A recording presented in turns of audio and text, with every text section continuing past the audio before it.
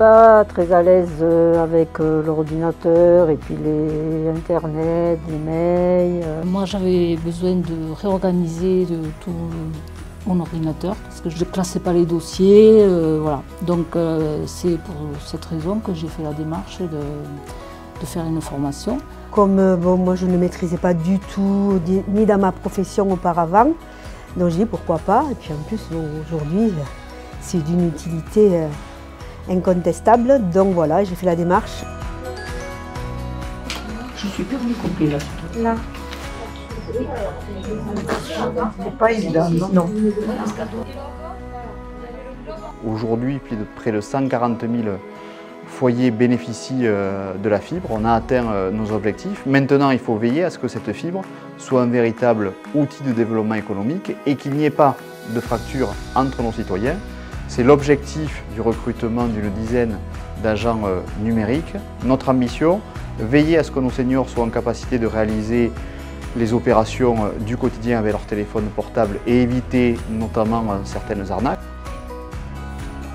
Alors en tant que conseillère numérique, l'essentiel de mes missions, c'est d'accompagner, d'aider les usagers dans l'utilisation des outils numériques tels que le téléphone, l'ordinateur ou la tablette pour essayer de les faire monter en compétences et qu'ils deviennent le plus autonomes possible dans l'utilisation du numérique au quotidien.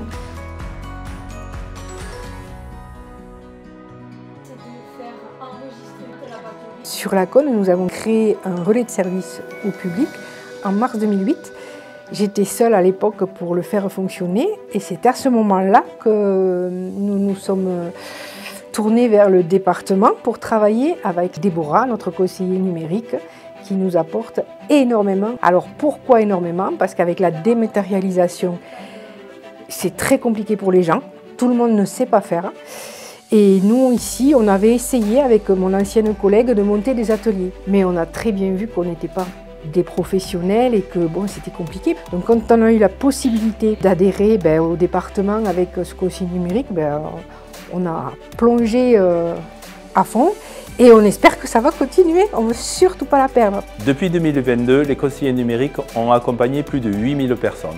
Il faut savoir que jusqu'à présent, nous avons eu une population qui était âgée de plus de 60 ans sur l'ensemble des accompagnements, que ce soit des accompagnements individuels ou en formation.